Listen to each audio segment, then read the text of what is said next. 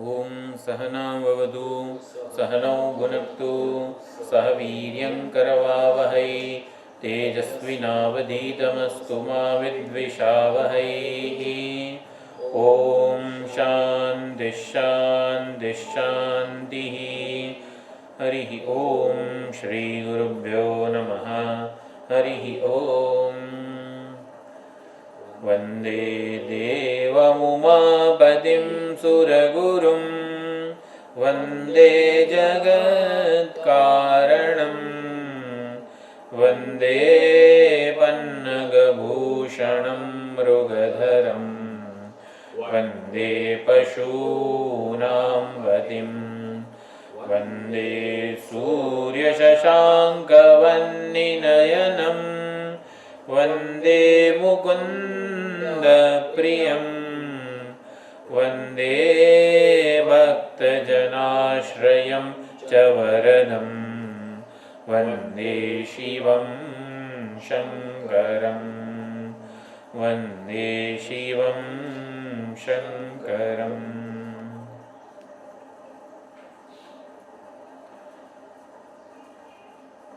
श्लोक नंबर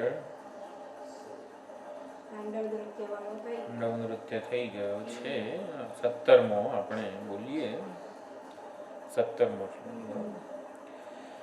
વિયદ્વ્યાપિતારા ગણગુણિતફેનોદ્ગમરુચિઃ પ્રવાહો વારાણ્યઃ પૃષતલઘુદૃષ્ટશિરસि તે जगद्वीपाकारं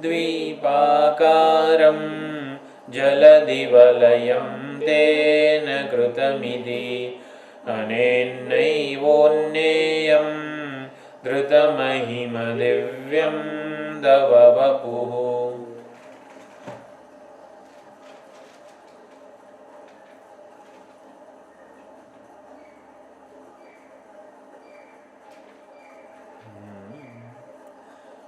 એટલે આમાં ધૃત મહિમા દિવ્યમ તવ વપુઃ, આપનું જે દિવ્ય વપુ છે, આપનું દિવ્ય શરીર અત્યંત સર્વવ્યાપક અત્યંત મહાન એવું જે આપનું વપુ છે, શરીર છે, મહિમા છે, એટલે ધૃત મહિમા આપનું મહિમાન્વિત વપુ, જેમાં મહિમા ધારણ કરાયેલો છે આપનું એ દિવ્ય વપુ, અનેન એવ ઉન્નેયમ, આના વડે જ એને માપવું, એટલે એને સમજવું જોઈએ, આના વડે એની ગણતરી કરવી જોઈએ કે આપનું શરીર, આપનું આ વપુ કેટલું મહાન છે. તો કે કોના વડે? તો આવી રીતે ત્રિપથગામિની જે ગંગા છે એને ધારણ કરે પોતાની શિખામાં, એના દ્વારા આપનું જે શરીર છે, દિવ્ય શરીર, એ કેટલું મહાન હશે એની ગણતરી કલ્પના કરવી જોઈએ. એ પ્રમાણે પુષ્પદંતાચાર્ય સમજાવે છે. તો ગંગા અવતરણ લીલા પણ મુમુક્ષુ સાધક માટે અત્યંત મહત્વની છે. સગર રાજા વાળું જે આખી આખ્યાયિકા છે, સગર રાજાએ અશ્વમેધ યજ્ઞ કરવાનો પ્રસંગ લીધો અને યજ્ઞ કર્યો. યજ્ઞમાં આવી રીતે અશ્વને છૂટો મૂકવામાં આવ્યો. તો અશ્વમેધ યજ્ઞની પૂર્ણાહુતિ થાય તો ઇન્દ્રનું ઇન્દ્રાસન ડોલવા લાગ્યું. તો ઇન્દ્રએ અશ્વને ચોરીને સગર કપિલ મુનિના આશ્રમમાં છે છુપાડી દીધો, બાંધી દીધો. કપિલ મુનિ ત્યાં પાતાળમાં આવી રીતે ત્યાં તપ કરી રહ્યા. હા, સગર, હા, જી ઝેર, હા. સગર રાજાના 60,000 પુત્રો, એટલે આપણા મનની મનોવૃત્તિઓ, અહંકારમાંથી જ મનોવૃત્તિઓ જન્મે છે. રમણ મહર્ષિએ જે કીધું, વૃત્તયસ્ત્વહમ વૃત્તિમાશ્રિતા વૃત્તયો મનોવિદ્યમ મનઃ, એટલે શું છે? વૃત્તય હતું, બધી મનોવૃત્તિઓ, અહમ વૃત્તિમ આશ્રિતા, બધી મનોવૃત્તિઓ એકને જ આશ્રયત રહેલી છે. આશ્રય બધી જ મનોવૃત્તિઓ, રાગ, દ્વેષ, લાગણી, ઈર્ષ્યાથી માંડીને સાત્વિક, રાજસિક, તામસિક, બધી જ મનોવૃત્તિઓ અહંકારમાંથી જન્મે છે. અહમ વૃત્તિમ આશ્રિતા, એ અહંકારમાંથી જ જન્મે છે. એ અહંકાર જ સાત્વિક કરતા હોય તો સાત્વિક વૃત્તિઓ જન્મે, એ રાજસ હોય તો રાજસિક જન્મે, તામસ હોય તો તામસિક જન્મે. એટલે 60,000 પુત્રો જે છે એ સગર રાજાના પુત્રો છે, એટલે અહંકારમાંથી જ જન્મે છે. એટલે હું હંમેશા કહું કે હું વિદ્યાર્થી છું એવો અહંકાર હોય તો જ ભણવાનું મન થાય. હું ભક્ત છું એવો મારો અહંકાર હોય, નિર્ણય હોય તો જ ભક્તિ વગેરે ભગવાનની પૂજા સેવા આરાધના થાય. હું સાધક છું એવો મારો અહંકાર હોય, નિર્ણય હોય તો જ સાધન ચતુષ્ટય સંપત્તિ છે, વિવેક જ્ઞાન વગેરે જે છે, આત્મવિચાર વેદાંત વિચાર મનન થતું નથી. તો મનન કેવી થાય? હું સાધક છું એવો નિર્ણય હોય તો થાય. એ શ્રવણ મનન નિધિધ્યાસન વૃત્તિઓ જ છે, પરંતુ એ હું સાધક છું, જિજ્ઞાસુ છું, વિવિધિશુ છું વગેરે એ હોય તો જન્મે. આ પ્રમાણે અહંકારમાંથી, સગરમાંથી જ આ 60,000 મનોવૃત્તિઓ વગેરે જન્મે છે. અને આ ઝેરવાળો છે, અજ્ઞાન અને કામના રૂપી ઝેર. અજ્ઞાન હજી એટલું કનડગત કરનારું નથી. જેમ કે આંધળાઓ, એક આ ઉદાહરણ આપે છે મહાત્માઓ. 5 આંધળાઓ હતા. આવી રીતે જ એ લોકોને ખબર પડી કે ફલાણા આશ્રમમાં ભંડારો છે. એટલે પહેલે અંધ આશ્રમ હોય તો એમાંથી આવી રીતે ભાઈ કે તમારે ત્યાં આવી રીતે 5-10 જે અંધજન છે, પ્રજ્ઞાચક્ષુ છે, એને તમે ભંડારો છે તો મોકલજો. આવી રીતે વ્યવસ્થાપકને કીધું. તો 10 જે અંધ પ્રજ્ઞાચક્ષુ હતા એમને કહેવામાં આવ્યું કે ફલાણા આશ્રમમાં ભંડારો છે તો તમે લોકો જજો. તો રસ્તામાં ખાડા ટેકરા ઘણું બધું, એ વખતની વાત હોય ધારો કે, તો ખાડા ટેકરા ઘણું બધું આવતું હતું. તો અંધ હતા, 10 સમાન રીતે અંધ હતા. એમાંથી એક જ જણ વધારે ઘાયલ થયો. આમ ખાડા ટેકરા આવે તો પડી જતો હતો થોડો, ફરી પાછો આમ તેમ ઊભો થઈને ચાલવા લાગે. તો 10માંથી 9ને કંઈ ના થયું, પણ એક જણ જે પહોંચ્યો ઓલા આશ્રમમાં ભંડારા માટે, ત્યારે જરાક આમ તેમ છૂલાયું ને બધું એવું થયેલું. તો અંધ તો 10 હતા, તો એકને જ કેમ વાગ્યું? તો એકને આ ભંડારામાં આમ કામના હતી કે આવી રીતે જલ્દી વધારે લાડુ લઈ લો, દૂધપાક, ખીર જે કંઈ હોય એ વધારે આમ જલ્દી લઈ લો, વહેલો પહોંચી જવું. એટલે અજ્ઞાન કંઈ ના કરે. અજ્ઞાન તો 10માં સમાન હતું, અંધકાર રૂપી પ્રજ્ઞા. જેમાં કામના હોય ને એ વધારે પછડાટ ખવડાવે. એટલે અહીંયા મેં લખ્યું છે અજ્ઞાન અને કામના રૂપી ઝેર. એટલે અજ્ઞાનમાંથી જ આમ તો કામના જન્મે છે, પરંતુ કામના વધારે વિક્ષેપ, કામનાને વિક્ષેપ કીધેલો છે, અજ્ઞાનને અંધકાર કીધેલો છે. તો અજ્ઞાન અને કામના રૂપી ઝેરવાળો આ અહંકાર છે. અહંકાર હંમેશા પોતાને મર્યાદિત માને. મર્યાદિત માને એટલે દેહાદિની જરૂરિયાત, માગણીઓ, આ બધું ઈચ્છાઓ, એ બધું પોતાનું માને. અને એટલે એ ઈચ્છા પૂર્તિનો પ્રયત્ન કરે જગતમાંથી સુખ વગેરે મેળવીને. એટલે એની અનંત વૃત્તિઓ જ સંતાનો છે. આપણે પાછા ઓલા ઉદાહરણમાં જઈએ તો સગર રાજાએ અશ્વમેધ યજ્ઞ, એમાં અશ્વ ચોરી લીધો ઇન્દ્રએ અને કપિલ મુનિના આશ્રમમાં સંતાડી દીધો. એટલે સગર રાજાએ પોતાના 60,000 પુત્રોને આવી રીતે શોધવાનું કીધું.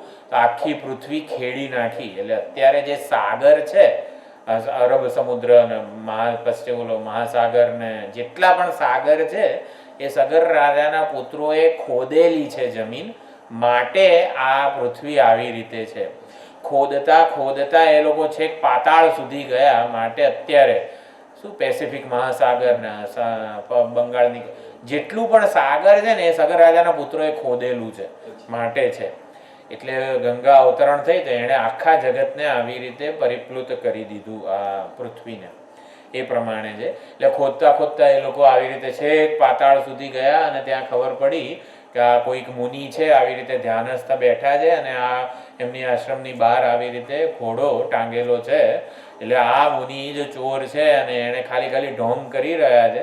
એટલે એમ તેમ ગમે તેમ એ મુનિને આવી રીતે અપશબ્દો બોલવા લાગ્યા, તે ચોર્યો છે ને આમ તેમ બધું. એટલે કપિલ મુનિ તો સમાધિસ્થ હતા, એ તો નિર્દોષ હતા. પરંતુ જેવી આવા અપશબ્દોના તે બધું થયું એટલે કપિલ મુનિએ આંખ ખોલી અને એમના આવી રીતે જ્ઞાનાગ્નિમાં બધા સગર રાજાના જે 60,000 પુત્રો હતા એ ભસ્મીભૂત થઈ ગયા. તો અશ્વ પાછો આવ્યો નહીં અને 60,000 પુત્રો પણ પાછા આવ્યા નહીં. એટલે પછી સગર રાજાનો જે બીજો જે સાવકો પુત્ર હોય એને કીધું કે તું શોધ. તે શોધવા જાય છે, નથી મળતું. અરે એને ખબર પડે છે કે આવી રીતે ભસ્મીભૂત થઈ ગયા છે. ખબર કઈ રીતે પડે છે એ મેં આખ્યાયિકા નોટમાં નથી લખી, પરંતુ દિલીપ, અંશુમાન અને ભગીરથ આવી રીતે સંતાન પરંપરા છે સગર રાજાની. ભગીરથ છેલ્લો, સૌથી પહેલા દિલીપ છે, પછી અંશુમાન છે, અંશુમાન અને હા અસમંજસ, હા બરોબર એક છે. હા એટલે કથા મને હું જે બીજી નોટ જે હોય છે મારી એ આવ્યો નથી, એમાં લખેલું છે ગંગાનું અવતરણ માટે બધા પ્રયત્ન કરે છે, દિલીપ, અંશુમાન ને બધા એક એક પેઢી. હા અને ભગીરથે આવી રીતે કેટલી તપ કર્યું, હા ચોથી પેઢી. પણ ભગીરથનું જે તપ હતું ને એ લખેલું છે કે અમુક વર્ષો સુધી એણે જળપાન કર્યું, અમુક વર્ષો સુધી સૂકા પાંદડા ખાધા, અમુક વર્ષો સુધી એ પણ છોડી દીધું. આવું બધું ભગીરથે જે તપ કર્યું ને એવું મેં આમાં લખ્યું નથી. હા એટલે એ જોઈ લઈશું આવતી વખતે. હા એટલે જ ભગીરથ કહે છે અઘરું કામ. ભીષ્મ પ્રતિજ્ઞા એવો પણ શબ્દ છે કે એના જેવી પ્રતિજ્ઞા નથી કરી. ભગીરથ પ્રયત્ન એટલે ભગીરથ જેવો પ્રયત્ન કર્યો અને એણે આવી રીતે ગંગાજીને પ્રાર્થના કરી, સંતુષ્ટ કર્યા. એટલે ગંગાજી આવવા માટે તૈયાર થયા અને પણ ગંગાજીએ કે મારા વેગને ઝીલશે કોણ? જો કોઈ ઝીલનારો નહીં હોય તો હું પૃથ્વીને ફાડીને નીકળી જઈશ. હા એટલે ગંગાજી આવું કીધું એટલે પછી ભગીરથે શંકર ભગવાનની આરાધના કરી, પ્રસન્ન કર્યા. શંકર ભગવાન પ્રસન્ન થયા એટલે એ પોતાની જટા ફેલાવીને ઊભા રહ્યા. તો એ ગંગાજીને કંઈક અભિમાન હતું કે આ વળી એક કૈલાસવાસી દેહધારી ક્યાંથી મને ઝીલી શકશે, એમ કરીને એ પણ પછી અવતરે છે અને વિશાળ જટામાં ગંગાજી ખોવાઈ જાય છે, સંતાઈ જાય છે, જાણે કે બહાર જ અટવાઈ જાય છે, બહાર નીકળી શકવાનો એમને માર્ગ મળતો નથી. અને પછી ભગીરથ એમને પ્રાર્થના કરે છે ત્યારે જટાની એક લટ જે છે એ આવી રીતે કાઢે છે અને એમાંથી ગંગાજીને વહેવડાવવાનો આખું પ્રયત્ન કરે છે. અને 60,000 જે પુત્રો છે જ્યાં અસ્થિ વગેરે હતા ત્યાં સુધી આ ગંગાજી છે એ ફેલાઈ જાય છે, બધાને પવિત્ર વગેરે કરે છે. તો ગંગા અવતરણ લીલા એટલે શિવજીની જટાને વેદ કહેવામાં આવે છે. એટલે આપણે વેદમાંથી મોક્ષ પ્રાપ્તિ કે જ્ઞાન પ્રાપ્તિનો પ્રયત્ન જાતે કરીએ ને તો એ અટવાઈ જવાય એવું છે. એટલે જ્ઞાન ગંગા એ જ્ઞાન વૃત્તિ, જેને અખંડાકાર વૃત્તિ કે બ્રહ્માકાર વૃત્તિ કહેવાય છે એ છે. એટલે આપણને એવું થાય કે બ્રહ્માકાર વૃત્તિ જન્મી જશે ને તો બ્રહ્મનું જ્ઞાન થઈ જશે. હકીકતમાં બ્રહ્માકાર વૃત્તિ તો શિવજીની જટામાં એક બિંદુ સમાન જ છે. એ તો ક્યાં વિલોપ થઈ ગયા ખબર જ ના પડી. એટલે બ્રહ્માકાર વૃત્તિ બ્રહ્મને શિવજીને માપી લેશે એવું નથી. એ તો શિવજીની કૃપા હશે તો બ્રહ્માજી બ્રહ્માકાર વૃત્તિ આવી રીતે એનો ઉપદેશ થશે. એટલે શિવજીએ લટ એકમાંથી આવી રીતે ગંગાજીને વહેવડાવી એટલે કે જ્ઞાન ગંગાનું અવતરણ કર્યું, એટલે કે ઉપદેશ આપ્યો. એટલે આપણી જે ગુરુ શિષ્ય પરંપરા છે એ જ આ ગંગાનું અવતરણ છે સાધક માટે. ઉપદેશ રૂપે જ્ઞાનનું અવતરણ થવું ગુરુ શિષ્ય પરંપરા રૂપે, એ જ શિવજીએ આખી ગંગાનું અવતરણ કર્યું. આધ્યાત્મિક અર્થ આ છે, ઓલો જે છે એ પૌરાણિક અર્થ છે. પૌરાણિક, હા વાર્તા, હા પૌરાણિક અર્થ છે. આધ્યાત્મિક અર્થ આ છે બ્રહ્માકાર વૃત્તિ. હા પણ એને માણવાની આપણને રૂપક આપે. હા એટલે જ્ઞાન ગંગા હકીકતમાં શિવજીની જટામાં તો ક્યાં લોપ થઈ જાય ખબર જ ના પડે. એટલે કે વૃત્તિ મહાન નથી, પણ વૃત્તિ દ્વારા જ્યારે આવી રીતે પ્રતિફલિત થાય છે, અવતરણ થાય છે, એનાથી શિવજી પરબ્રહ્મ સ્વરૂપે આપણને ઓળખાય છે. એટલે ત્રિપથગામિની જ્ઞાન ગંગા, ત્રિપથગામિની કીધી છે એટલે ત્યાં નારાયણના ચરણમાંથી આવી રીતે ચરણ પખાળીને આવે છે. કમંડલુ બ્રહ્માજીના ત્રિપથ એટલે સ્વર્ગલોક, અંતરિક્ષલોક અને પૃથ્વીલોક, એવી રીતે ત્રણેય માર્ગે એ આવે છે. એટલે કે બ્રહ્માંડની બહાર છે. એટલે કે નામ અને રૂપ, બ્રહ્માકાર વૃત્તિનું કોઈ નામ કે રૂપ એવું નથી હકીકતમાં. અખંડાકાર વૃત્તિ, બ્રહ્માકાર વૃત્તિ હકીકતમાં કોઈ નામ રૂપ સાથે ન જોડાયેલી હોવી એ જ વૃત્તિ છે. બ્રહ્માકાર વૃત્તિ છે. એટલે નામ રૂપથી અતીત જ છે, છતાં પણ એ જ્યારે આવી રીતે જ્ઞાનનિષ્ઠ શિવજી દ્વારા ઉપદેશ થાય ત્યારે ઉદ્ધાર કરી શકે છે. એટલે બ્રહ્માકાર વૃત્તિમાં જ્ઞાન કરાવવાનું સામર્થ્ય શિવજીનું છે, એટલે કે પ્રતિફલિત ચૈતન્યનું છે. એટલે જ્ઞાન ગંગા ઉદ્ધાર કરે છે એવું નથી, પરંતુ એ શિવજી દ્વારા આવી રીતે જ્યારે અવતરિત થાય, ઉપદિષ્ટ થાય જ્ઞાન, ત્યારે અવતાર. એટલે વેદ મંત્રો સ્વયં ઉદ્ધારક નથી, તત્વમસી વગેરે, પરંતુ એ તત્વમસી જ્યારે આચાર્ય પરંપરા દ્વારા ઉપદિષ્ટ થાય ત્યારે એમાં અજ્ઞાન નિવૃત્તિ આવરણ ભંગનું સામર્થ્ય આવે. ખરું. હા. મહાવાક્ય સ્વયં તત્વમસી જે એ તો જટાવાળું જ છે, ના થાય. એ ઉપદિષ્ટ થવું જોઈએ. શિવજી કે જ્ઞાન પરંપરા દ્વારા ઉપદિષ્ટ થાય ત્યારે અજ્ઞાન નિવૃત્તિ કરે છે, જીવ ભાવને નષ્ટ કરે છે વગેરે. અંશુમાન, અસમંજસ, દિલીપ અને ભગીરથ ચારેના નામ લખ્યા છે. મહાન તપશ્ચર્યાથી ગંગાજી અવતરિત થયા. એટલે આ ચારની મહાન તપશ્ચર્યાનો અર્થ અહીં મેં લખ્યો કે જ્ઞાન ગંગાના અવતરણ માટે બ્રહ્માકાર વૃત્તિ એક વાર જન્મે છે, પરંતુ એક વાર એને જન્માવવા માટે કેટલો પ્રયત્ન કરવો પડે છે. એટલે અહીં લખ્યું દીર્ઘકાળ નૈરંતર્ય અને આદરપૂર્વકની સાધના નિધિધ્યાસન ધારા છે. એટલે જ્ઞાન ગંગા એ જળ ધારા કીધું, એટલે દીર્ઘકાળ નૈરંતર્ય આદરપૂર્વકની નિધિધ્યાસન ધારા છે. એટલે નિરંતર પ્રવાહ, સજાતીય વૃત્તિ પ્રવાહથી અંતિમ વૃત્તિ ચરમ વૃત્તિ એ બનતી હોય છે. તો આ પ્રમાણે ગંગા અવતરણ લીલા આપણે કદાચ શ્લોકનો અર્થ જોઈ લઈએ ખાલી એકવાર. વ્યદ્વ્યાપી તારા ગણગુણિત ફેનોદગમ રુચિ પ્રવાહ. વ્યદ્વ્યાપી સંપૂર્ણ અંતરિક્ષને વ્યાપી ગયેલો એવો. એટલે આ જ્ઞાન ગંગા એટલે આકાશ ગંગા, જે આટલી દૂધ જે દેખાય છે આપણને, આકાશ ગંગા એકદમ સફેદ સફેદ દેખાય. ઘણા ઓલા નાસાના ફોટા હોય આકાશ ગંગાના, એટલા બધા તારાઓ હોય, તો એ તારાઓ જ આ ગંગા છે, આકાશ ગંગા છે. એમાં ફીણ સમાન આ બધા તારાઓ વગેરે જે છે, અને એનો પ્રવાહ ત્યારે પ્રવાહો વારામ્ય, એ પ્રવાહ જ્યારે આવી રીતે શિવજીની જટામાં આવ્યો ત્યારે પૃષત લઘુ, અત્યંત લઘુ, એક બિંદુ જેવડો આપની જટામાં દેખાતો હતો. પરંતુ એ બિંદુ જેવડા અનંત આવા પ્રવાહના એના લેશના લેશ માત્રનો જ્યારે તમે આવી રીતે અવતરણ કર્યું ત્યારે જગત દ્વીપાકારમ, આ જગત દ્વીપ બની ગયું. સપ્ત દ્વીપાચ મેદિની, 7 દ્વીપ વાળું આપના એ બિંદુ સમાન દેખાવા લાગ્યો હતો. એનાથી જલધિ વલયમ તેન કૃતમિતિ, આખું સંપૂર્ણ પૃથ્વી જે છે એ દ્વીપ બની ગઈ. અને એને આનાથી જ આપની દિવ્ય મહાન જટાધારી એવા આપના દિવ્ય વપુની કલ્પના કરવી જોઈએ. એટલે કે કેટલું મહાન હશે, એટલે શિવજીની જટા કેટલી મહાન હશે. કે શિવજી એક સરળ આવા કૈલાસવાસી દેહધારી નથી, પરંતુ અત્યંત મહાન ઈશ્વર તત્વ છે, ભગવત તત્વ છે, સમગ્ર જગતને જન્માવનારા છે. તો આ જ્ઞાન ગંગાનું અવતરણ, બ્રહ્માકાર વૃત્તિ, એ પણ આપણા માટે બહુ જ મહત્વની લીલા છે શિવજીની. અને હવે 18માં જે લીલા છે, ત્રિપુર દહન લીલા.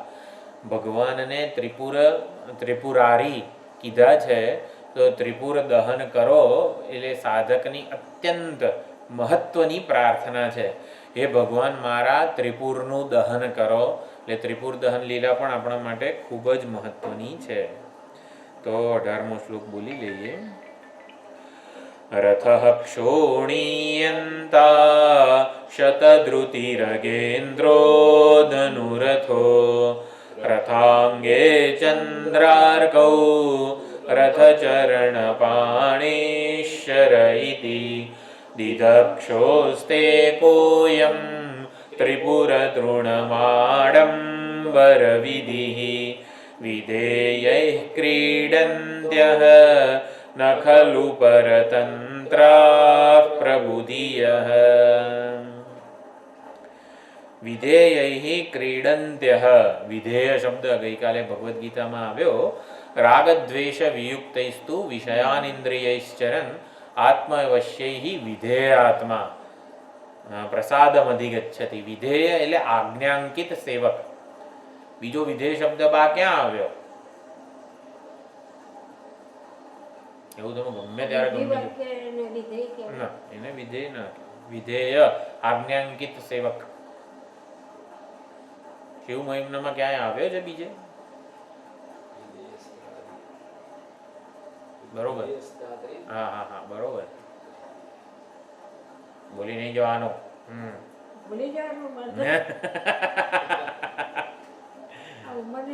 ના ના, વાત થાય જ. આ તો ખાલી પરિજન વિધેય ત્રિભુવન.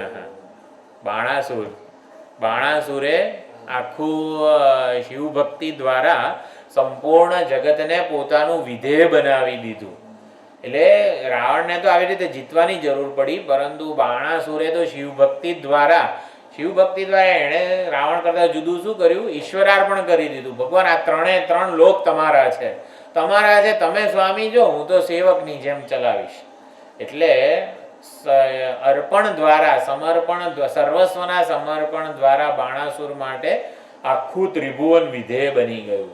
અને અહીંયા પણ વિધેય શબ્દ છે, પોતાનું કહ્યું કરનારું આજ્ઞાંકિત સેવક. તો વિધેયૈ ક્રીડંત્ય, શિવજી જે પરબ્રહ્મ પરમાત્મા છે એ પોતાને અધીન એવા સેવક વિધેય દ્વારા ક્રીડા કરી રહ્યા છે.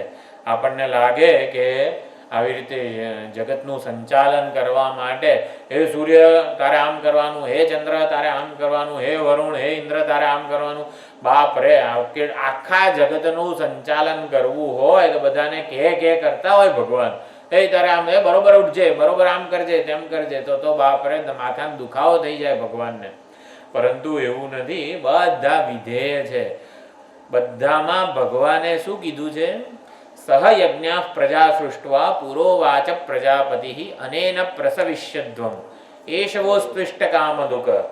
બધી પ્રજાનું, પ્રજા એટલે પ્રકર્ષાત જાયતે ઇતિ પ્રજા, સૂર્ય ચંદ્ર વરુણ બધા જે કંઈ પણ કુદરતી બધા છે દેવો, બધી વસ્તુઓમાં ભગવાને સ્ક્રિપ્ટ મૂકી દીધી છે. એટલે એ પ્રમાણે એ લોકો પ્રોગ્રામ થયેલા છે. તો કયો પ્રોગ્રામ ભગવાનનો છે? યજ્ઞ ભાવ. સહયજ્ઞા પ્રજા સૃષ્ટવા. ભગવાને બધાને એક સ્ક્રિપ્ટ સહિત સર્જેલા છે. બધા પાત્રો છે, ઇન્દ્ર વરુણ અગ્નિ બધા જે કંઈ પણ છે, બધાને એની સ્ક્રિપ્ટ સહિત બનાવ્યા છે, જાતે ચાલ્યા કરે. એટલે વિધેય બનાવી દીધા છે. અને એટલે ભગવાન શાંતિથી સમાધિસ્થ છે. ઓલા ભગવાન ત્યાં ક્ષીરસાગરમાં ઊંઘે છે અને બ્રહ્માજી તપ કરે છે. એટલે જગતનું સર્જન પાલન લય અત્યંત મહાન આવી ક્રિયાઓ કરનારા પોતે ઊંઘે છે, સમાધિસ્થ છે અને તપ કરે છે.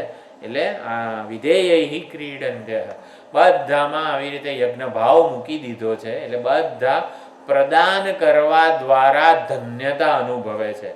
યજ્ઞ ભાવ એટલે હું કંઈક કરું, સમર્પણ કરું, આત્માની આહુતિ આપું, એટલે કે પોતાનું કર્તવ્ય કર્મ અત્યંત સારી રીતે કરું, તો આવી રીતે ધન્ય છું, કૃતકૃત્ય છું, પ્રસન્ન છું. આત્મવશ્યૈ વિધેયાત્મા પ્રસાદમ અધિગચ્છતિ. તો એ પ્રસાદ, પ્રસન્નતા, સ્વસ્થતા પ્રાપ્ત થાય છે. એટલે ભગવાન પોતાને વિધેય એવા બધા જે છે એના વડે ક્રીડા કરી રહ્યા છે. ન ખલુ પરતંત્રાહ પ્રબુધિય. એટલે પરમાત્માની જે આ ક્રિયાઓ છે, જગતનું સંચાલન, જગતનું સંહાર, એને આપણી બુદ્ધિ સમજી જાય આવું કેમ થયું, એવું આપણી બુદ્ધિ જો તારણ કાઢી લે ને, તો પરમાત્માની ક્રીડા બુદ્ધિને અધીન થઈ ગઈ કહેવાય, બુદ્ધિમાં સમાઈ ગઈ કહેવાય. પણ પુષ્પદંત આચાર્ય એવું કહે છે, ન શું છે અહીંયા, ખલુ પરતંત્રાહ પ્રબુધિય. એટલે પરમાત્માની જે ધ્યેય, પરમાત્માની જે આ બધી લીલા છે એ બુદ્ધિને પરતંત્ર નથી. આપણી બુદ્ધિ સમજી જાય ને એવું નથી, આનું રહસ્ય પામી લે ને એવી આપણી બુદ્ધિ નથી. એટલે કે પરમાત્માની લીલા અતર્ક્ય છે, અકળ છે. એટલે આપણી બુદ્ધિ એનું રહસ્ય પામી લે ને તો બુદ્ધિને પરતંત્ર થઈ જાય, આપણી બુદ્ધિને પરતંત્ર થઈ જાય. પરંતુ એવું નથી. તો એવી કઈ લીલા છે? તો રથઃ ક્ષોણી. તો ત્રિપુર દહન લીલામાં તારકાસુરનો વધ કર્યો જ્યારે કાર્તિકેય દ્વારા થયો, ત્યારે તારકાસુરના 3 પુત્રો હતા, શું છે કમલાક્ષ, તારકાક્ષ, કમલાક્ષ અને વિદ્યુન્માળી. હા ચાલો એ આપણે જોઈ લઈએ. તો તારકાક્ષ, કમલાક્ષ, વિદ્યુન્માળી એ આ તારકાસુરના 3 પુત્રો છે. એ લોકોએ બ્રહ્માજીની ઘણી સાધના કરી અને સાધના કરવા દ્વારા માગ્યું કે અમે આવી રીતે અમર થઈ જઈએ, પરંતુ એવું કંઈ અમરતાનું વરદાન ના મળે. એટલે કંઈ તમે કોઈક નિમિત્તે મૃત્યુ માગો તો કે અમારા 3 પાસે 3 જુદા જુદા નગર હોય. એક આવી રીતે તારકાક્ષનું, આવી રીતે લોઢાનું, ચાંદીનું, સોનાનું, હા સોનાનું, ચાંદીનું અને લોઢાનું, એવી રીતે 3 નગર માગ્યા. એટલે એ 3 નગર અભેદ્ય હતા, એમાં કોઈ આવી રીતે કશું પ્રવેશી ન શકે. અને એક અમુક વર્ષો થાય, 10,000 વર્ષ લખેલા છે, એટલે 1000 વર્ષે એક વાર એવું આવે કે 3 એક સીધી લીટીમાં, બ્રહ્માંડમાં અમે ગમે ત્યાં હોઈએ તો એક સીધી લીટીમાં આવે. તો એક સીધી લીટી વડે જે એ તીર વડે જે વીંધી શકે એને જ આવી રીતે એનાથી જ અમારો નાશ થાય. એટલે આવી રીતે વરદાન અમને માગ્યું અને પછી એ લોકો ઉદ્દંડ થઈ ગયા નહીં. પરંતુ એમણે એક બુદ્ધિશાળી પગલું એ ભર્યું કે શિવ ભક્તિ વગેરે ચાલુ રાખી હતી. એટલે તારકાક્ષ, કમલાક્ષ, વિદ્યુન્માળીએ પોતાના 3 નગરમાં શિવજીના અનેક મંદિરો તે બધું બનાવેલું હતું. એટલે શિવ ભક્તિ, એટલે બધા લોકો એમાં જે રહેતા હતા, અસુરો બધા, એટલે આવી રીતે પુણ્ય કર્મો કરી રહ્યા હતા. એટલે પુણ્ય એમનું પાકેલું હતું ટૂંકમાં. શિવ ભક્તિ ચાલુ હતી. અને પછી આ લોકો જે ગમે ત્યાં ઉડી શકે ત્રાસ ગુજારવા લાગ્યા, દેવતાઓને તગેડી મૂક્યા સ્વર્ગમાંથી. એટલે પછી બધા દેવતાઓ આવી રીતે બ્રહ્માજી પાસે જાય છે, શિવજી પાસે, કે જે એટલે નહીં, વિષ્ણુ ભગવાન પાસે જાય છે બધા દેવતાઓ કે અમને હવે આ સ્વર્ગમાંથી તગેડી મૂક્યા છે, કંઈક કરો. તો કે વિષ્ણુ ભગવાને એવું કીધું કે જ્યાં સુધી આ લોકો શિવભક્તિ ચાલુ છે ને ત્યાં સુધી એ લોકોનું પતન શક્ય નથી. તો પતન શક્ય નથી એના માટે શું કરે, શિવભક્તિથી ચ્યુત કરવા પડે. એટલે કંઈક એ લોકો પાપ કર્મો ભેગા થાય, પાપનો ઢગલો થાય ને તો પછી કંઈક મેળ પડે આ લોકોનો. તો પાપનો ઢગલો ભેગો થાય એટલે એના માટે શું કરવાનું, શિવ ભક્તિ બંધ કરાવવી પડે. તો વિષ્ણુ ભગવાને એક મુંડીને ઉત્પન્ન કર્યો. મુંડી એટલે મુંડન ધરાવનારો કોઈક સંન્યાસી વગેરે હોય. હા, મુંડી નામ છે, બૌદ્ધ ધર્મનો મુંડી કહેવાય. જાણે કે એટલે આવી રીતે શિખા હોય માત્ર, જાણે કે દૂરથી કોઈક સંત દેખાય એવું એક મુંડીને ઉત્પન્ન કર્યો. મુંડીને ઉત્પન્ન કર્યો તો એણે કીધું ભગવાન મારું શું કામ છે, મારું શું નામ છે વગેરે. તો ત્યારે આવું કામ કરવાનું છે. બધા આ 3 નગર છે ને એમાં જઈને આવી રીતે શિવ ભક્તિથી ચ્યુત કરવાના છે. તો મુંડી કે ભગવાન તમે કંઈ આવી રીતે શુભ શુભ બોલો, હું જો શિવ ભક્તિથી ચ્યુત કરીશ, આ ભગવાન ત્રિશૂળ ઉપાડશે શિવજી, તો મારું શું થશે? એટલે કે તારા આવી રીતે તને પાપ નહીં લાગે. શિવ ભક્તિથી કોઈને ચ્યુત કરવા આવી રીતે ભગવાન, એટલે વિષ્ણુ ભગવાન બાંહેધરી આપે છે, તારું અધપતન નહીં થાય, તને પાપ નહીં લાગે, તું તમતારે તારી રીતે આવી રીતે બધાને શિવ ભક્તિથી ચ્યુત કર. તો કઈ રીતે કરવું? તો આવી રીતે બધી યોજના કરે છે મુંડી. સૌથી પહેલાં આવી રીતે જઈને બધા વેદોક્ત કર્મો, આવી રીતે પૂજા આરાધના બધું ચાલતું હતું ને કે અહિંસા પરમો ધર્મ એમ કરીને એણે ઉપદેશ 3 નગરમાં શરૂ કર્યો કે અહિંસા જ શ્રેષ્ઠ ધર્મ છે, કોઈ આવી રીતે ભૂતની હિંસા ન કરવી જોઈએ. આ ઉપદેશ સાંભળવામાં બહુ સારો લાગે. અહિંસા પરમો ધર્મ, અહિંસા વગેરે આ તે બધું. હિંસા ના કરવી જોઈએ. જે કર્મોમાં હિંસા થતી હોય ને બધા કર્મો છોડી દેવા જોઈએ એમ કરીને. જે રુદ્રાભિષેકમાં જે કંઈ આ દ્રવ્યોનો બધો આવી રીતે ઘણું બધું તે ઓલું થાય છે, એટલે એ બધું આપણે એ હિંસા જ છે એમ કરીને આપણે 108 બિલીપત્ર તોડીને આપણે કરીએ છીએ, એ પણ હિંસા છે. આટલું દૂધ ને આટલું પાણી ને આટલા દ્રવ્યો બધા ચડાવી દઈએ છીએ, એ પણ હિંસા છે. આમ કરીને અહિંસા પરમો ધર્મ કહીને બધાને શિવ ભક્તિથી આવી રીતે ચ્યુત કર્યા. પછી જો આ જે દેવતા શિવલિંગ જ જો આવી રીતે એની પૂજા ના થતી હોય, અહિંસા જ શ્રેષ્ઠ ધર્મ છે, માનવતા જ શ્રેષ્ઠ ધર્મ છે, આપણે માનવતાને શ્રેષ્ઠ ધર્મ રાખવો જોઈએ એમ કરીને બધા મંદિરો જે છે ને એનું પણ આવી રીતે નિકંદન કાઢ્યું. અને પછી જેવા શિવ ભક્તિ કરતા બંધ થયા બધા અસુરો, એટલે ત્યારે પછી પુણ્ય કર્મો પૂરા થયા. પુણ્ય કર્મો પૂરા થાય એટલે પાપનો ઢગલો ભેગો થાય અને પછી હવે તો ઉદ્દંડ બન્યા પાપ, એટલે પછી હવે શિવજીએ એ ત્રણેય નગરને મારવા માટે બધી યોજના કરી. જ્યાં સુધી પુણ્ય હોય ને ત્યાં સુધી કશું થઈ ના શકે, પતન શક્ય નથી. એટલે આ પુણ્ય કરતા જ રહેવું જોઈએ એવું પણ અહીંયા આપણને કહે છે પુષ્પદંત આચાર્ય. પુણ્યનું ભાથું હોય ને ત્યાં સુધી પતન ના થાય. એટલે પછી ધીમે ધીમે બધું ભગવાને આખી યોજના કરી. એટલે તારકાસુરે આવી રીતે તારકાસુરના પુત્રોએ વેરભાવ રાખ્યા વગર શિવજીની ભક્તિ ચાલુ રાખી હતી. એમાંથી ચ્યુત કર્યા મુંડીએ ખોટો ઉપદેશનો પ્રભાવ જન્માવ્યો અને નગરની પ્રજાને આવી રીતે અહિંસાના માર્ગે વૈદિક કર્મો, વૈદિક આલંબન બધું છોડાવી દીધું. વૈદિક દેવતાઓ પણ ખોટા છે એવું કહી દીધું અને એ રીતે ઉદ્દંડ બન્યા, સ્વચ્છંદી બન્યા. જ્યારે પરમાત્મા તત્વથી વિમુખ થાય એ દ્વારા જ પતન થઈ જાય છે. એટલે પરમાત્માનું વિસ્મરણ જ પતન છે અને પરમાત્માનું સંસ્મરણ જે છે એ જ આધ્યાત્મિક ઉન્નતિ છે. એ સ્વચ્છંદી બની ગયા, સ્વશાસન, પોતાના રાગ દ્વેષ આવેગોને વશ થયા, બધા પુણ્યો ખૂટી ગયા. એટલે પછી શિવજીએ બધાને ભેગા કર્યા. તો અહીંયા બધું સુંદર લખેલું છે. રથઃ ક્ષોણી એટલે ત્રણેય વિંધવાના છે નગરો, અને નગરો ત્રણેય પૂરા આખા બ્રહ્માંડમાં ગમે ત્યારે ગમે ત્યાં હોય. એટલે શિવજીની ત્રિપુર દહન જે લીલા છે ને એને જ આધ્યાત્મિક અર્થ એનો જે પ્રજાપતિ વિદ્યા છે, છાંદોગ્ય ઉપનિષદમાં ઇન્દ્ર વિરોચનની પહેલા દહર વિદ્યા કીધેલી છે. દહરાકાશ વગેરે શબ્દો જો ખબર હોય, આપણે ભણ્યા છીએ. 1 થી 6 અધ્યાય દહર ઉપાસના કે દહર વિદ્યા છે. એટલે દહર વિદ્યા એ આ ત્રિપુર દહન લીલા જ છે હકીકતમાં. હા, એટલે ત્યાં એ રીતે અર્થ પણ સમજી શકાય છે. લગભગ મેં એ અર્થ અંદર લીધેલો છે ખરો, પરંતુ હા જોઈએ, ચાલો એ અર્થ પણ આપણે જોવાનું છે. એટલે રથઃ ક્ષોણી, ક્ષોણી એટલે પૃથ્વી. તો ત્રણેયનું આવી રીતે અત્યંત ઝડપી રથ જોઈએ. ગમે ત્યાં ગમે બ્રહ્માંડમાં પહોંચી જવું હોય તો ઝડપી રથ જોઈએ. તો પૃથ્વી જેવો ઝડપી રથ બનાવ્યો. એટલે પૃથ્વીને રથ બનવાનું કીધું.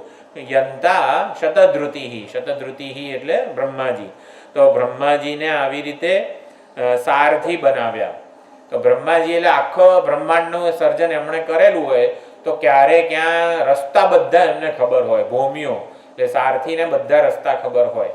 તો બ્રહ્માજીને રથ બનાવ્યા, સૂર્ય અને ચંદ્રને પૈડા બનાવ્યા. અત્યંત વેગે, ધીમું ધીમું ના ચાલે, અત્યંત વેગે ફરી શકે ને એવા પૈડા બનાવ્યા. પછી બાણ અત્યંત તીક્ષ્ણ હોવું જોઈએ. એટલે મુંડક ને પ્રશ્ન વગેરેમાં પણ કીધું છે ને, ધનુર્ગૃહિત્વ ઉપનિષદમ મહાશ્રમ શરમ ઉપાસાન નિશિતમ.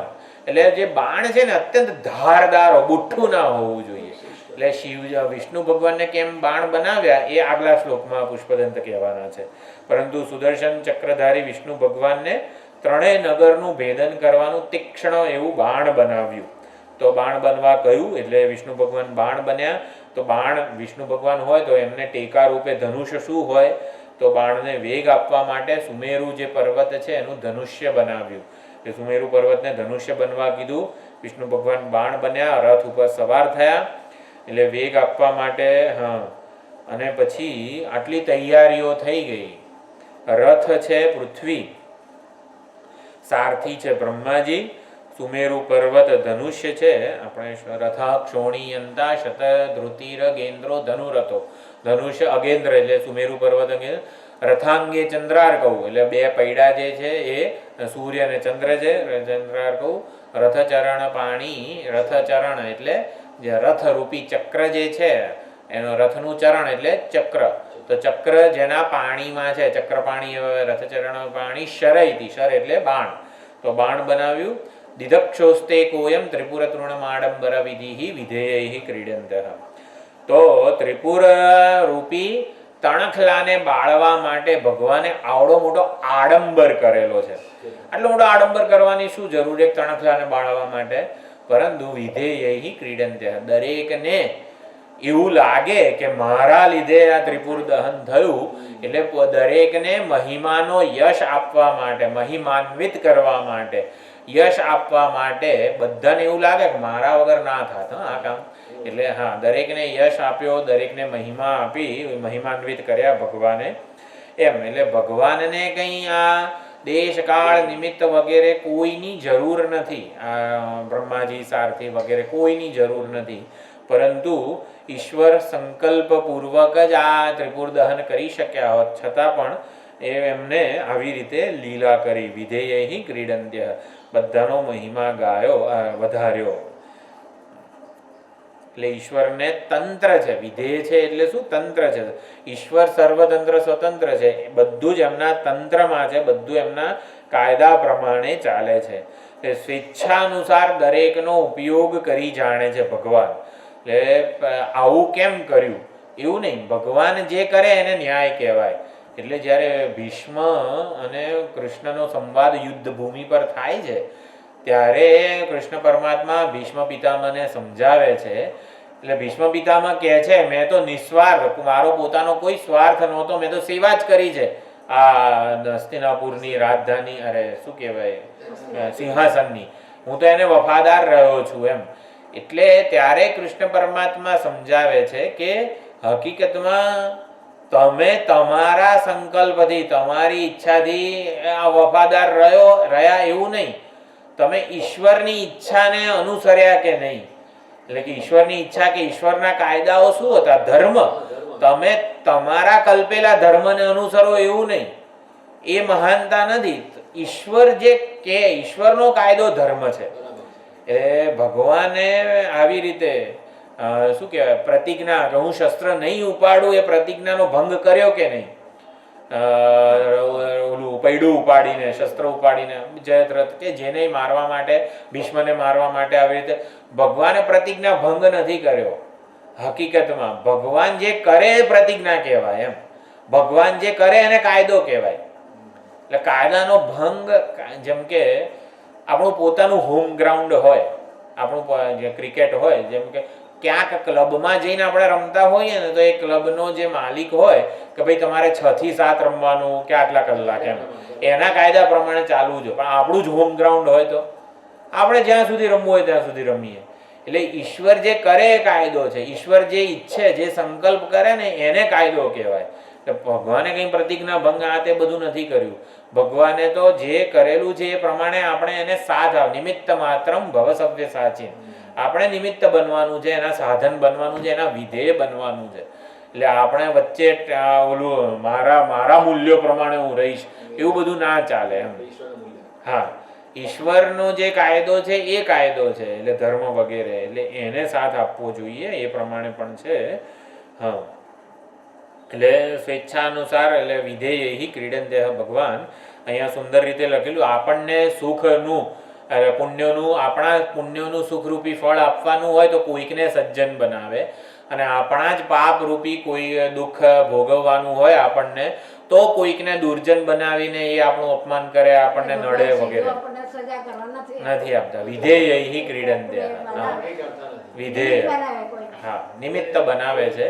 એવી જ રીતે આપણે પણ ભગવાનના હાથના નિમિત્ત છીએ. એટલે એ પણ આપણે ધ્યાન રાખવું જોઈએ.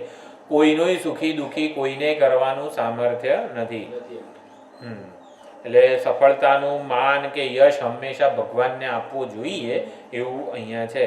ઈશ્વર જ સર્વ સમર્થ છે. બાળવા માટે, અગ્નિને ઉડાડવા માટે વાયુને ભગવાન શ્રેય આપે છે.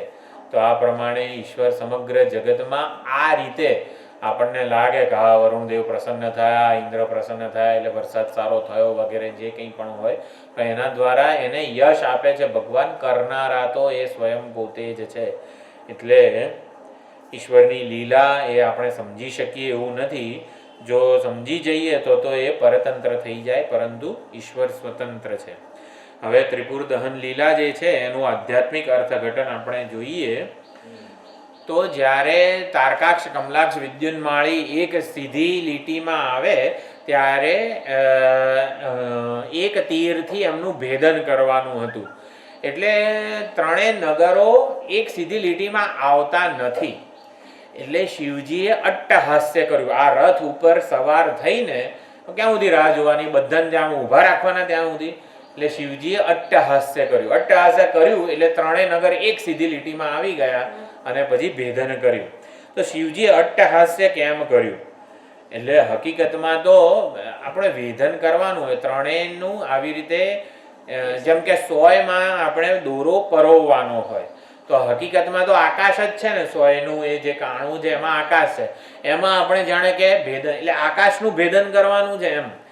એટલે ભેદન કોનું કરવાનું છે? આકાશનું કરવાનું છે એમ માનીને શિવજીએ અટ્ટહાસ્ય કર્યું. હકીકતમાં તો ત્રણેય નગરો અવિદ્યા કાર્ય જ છે. ત્રણેય નગર એટલે આપણા સ્થૂળ શરીર, સૂક્ષ્મ શરીર અને કારણ શરીર. ત્રણેય નગરો અવિદ્યાનું કાર્ય છે. જે નથી ને એનું મારે ભેદન કરવાનું છે.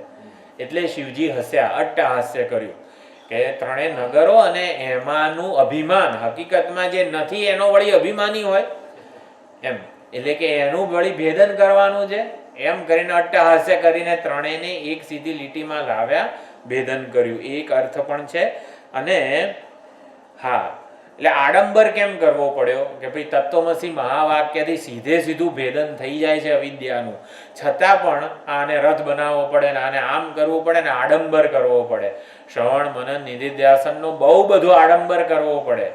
આડંબર કરીએ ને ત્યારે શિવજી અટ્ટહાસ્ય કરે ને ભેદન કરે. આડંબર આપણે ના કરીએ શ્રવણ મનન નિધિધ્યાસનનો, બ્રહ્માકાર વૃત્તિ વગેરે માટે આડંબર ના કરીએ ને તો કંઈ ના થાય. એટલે આપણે જાણે કે શિવજીને આડંબરમાં મદદ કરવાની છે. પરબ્રહ્મ પરમાત્મા આવી બ્રહ્માકાર વૃત્તિથી સીધે સીધું ભેદન થઈ જવાનું છે.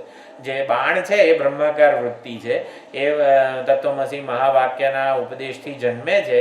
એ સીધે સીધું ત્રણેય શરીરમાં રહેલા વિશ્વ તેજસ પ્રાજ્ઞ એ જે અભિમાની છે ને એ ત્રણેયનું ભેદન કરે છે.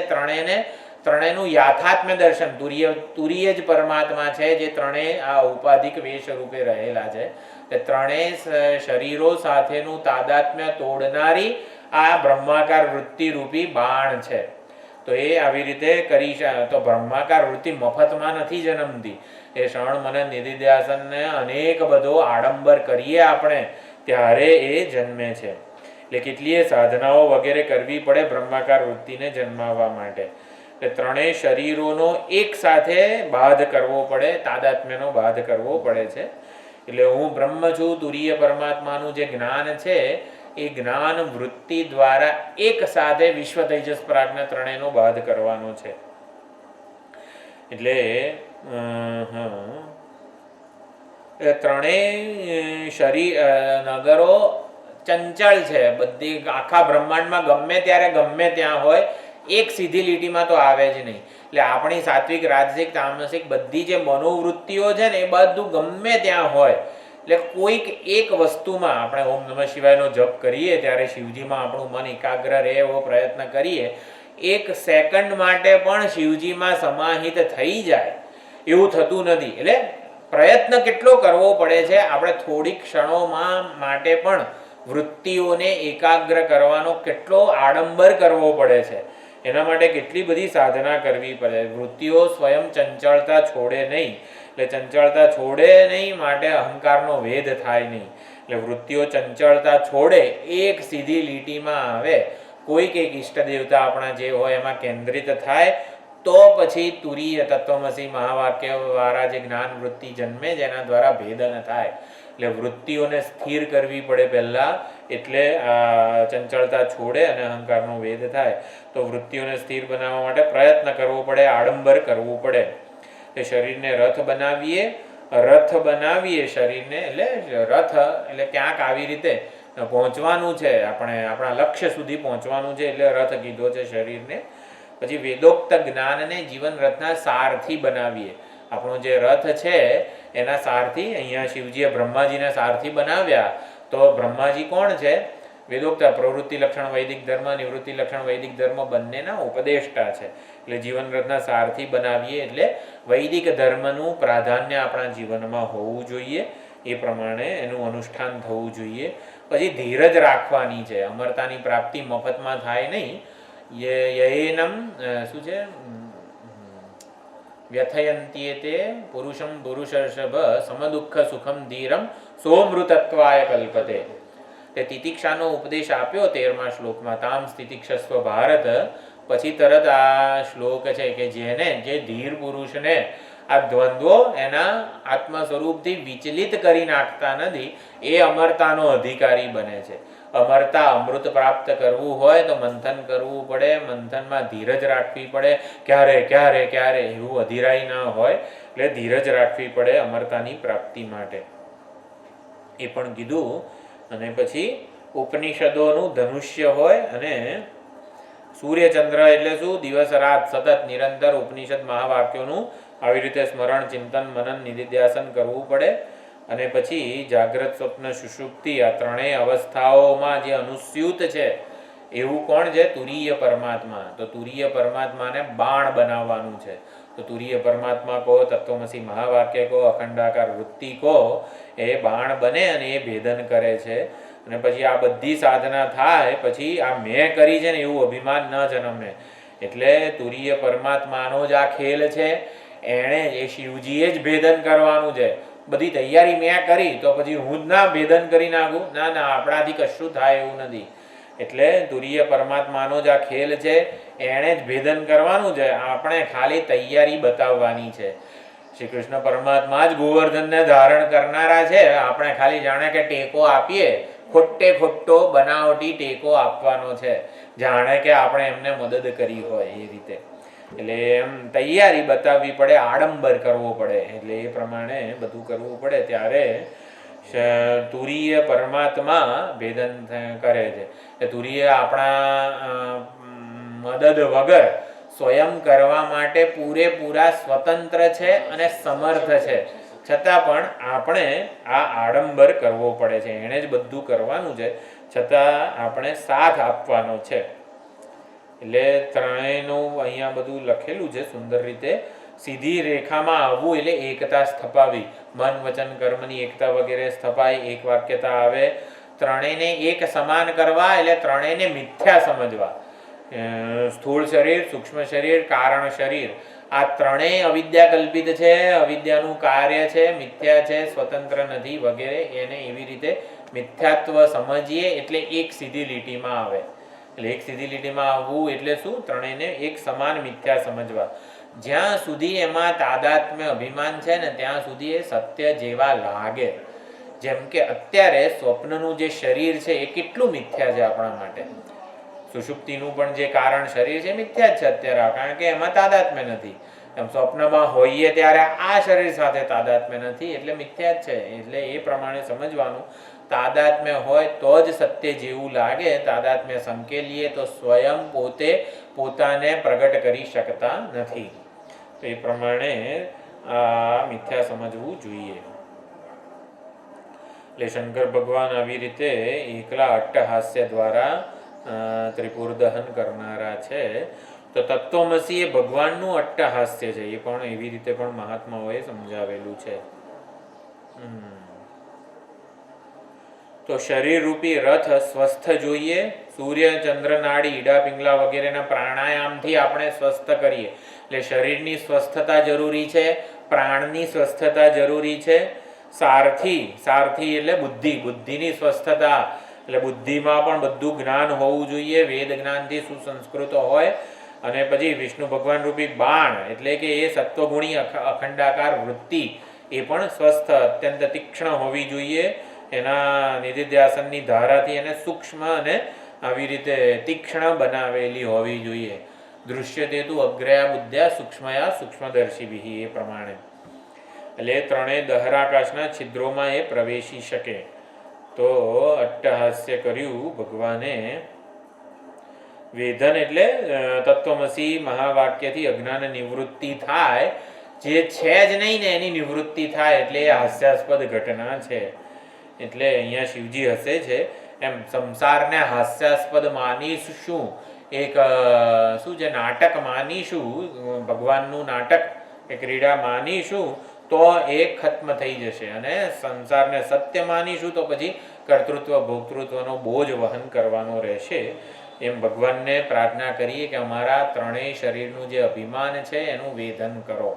હે ત્રિપુર દહન, હે ત્રિપુરારી, હે ત્રિપુરહર, અમારા ત્રણેય શરીરોના તાદાત્મ્ય અભિમાનનું તમે વેદન કરો. તો તો આ પ્રમાણે સુંદર રીતે આ પ્રાર્થના ત્રિપુર દહન લીલા સૌથી વધારે મહત્વની છે આપણા માટે. હા, આપણાથી થઈ જાય છે એવું પણ નથી, બધું ભગવાન જ કરવાના છે, છતાં આપણે જાણે કે આડંબર કરવાનો છે. નિમિત્ત માત્રમ ભવ સવ્ય સાચીન, જે શ્રી કૃષ્ણ પરમાત્માએ ગીતામાં કીધું એ પ્રમાણે આપણે જાણે કે લાકડીનો ટેકો મૂકીએ, તૈયારી બતાવીએ, તૈયારી બતાવવાની છે, ત્યારે એ અટ્ટહાસ્ય દ્વારા સીધે સીધું ભેદન કરે છે. ચલો 2 શ્લોક જોયા, આવતી વખતે જોઈશું આગળનો.